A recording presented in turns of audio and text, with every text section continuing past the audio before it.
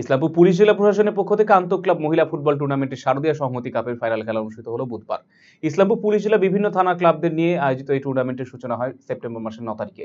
বুধবার তিস্তাপল্লী মাঠে টুর্নামেন্টের ফাইনাল খেলায় পরস্পরের মুখোমুখি হয় চোপড়া রয়্যাল স্পোর্টিং ক্লাব বনাম ইসলামপুর মিলনপল্লী 11 স্টার।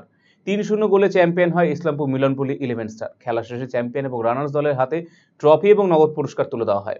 মন্ত্রী Golam Rabbani, IGP north Bengal Rajesh Kumar Yadav, DIG Raiganj range Sudhir Kumar Neelakantam, বিধায়ক আব্দুল করিম চৌধুরী, ইসলামপুর পুলিশ জেলার পুলিশ সুপার জবি থমাস সহ অন্যান্যরা উপস্থিত ছিলেন এদের ক্রীড়া অনুষ্ঠানে। উত্তেজনাপূর্ণ খেলা দেখতে মাঠে দর্শক সমাগম হয়েছিল লক্ষণীয়।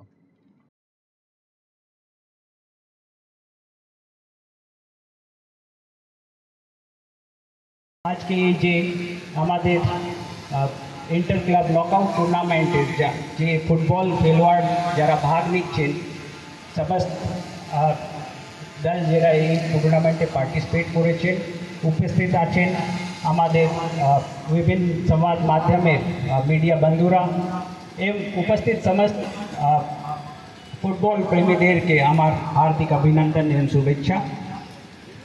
আজকে যে এখানে তৈরি দেখে আমার মনে হচ্ছে খুব শীঘ্রই আমরা কিন্তু খুবই উত্তেজনাপূর্ণ ম্যাচ এর প্রত্যক্ষে হতে চলেছি।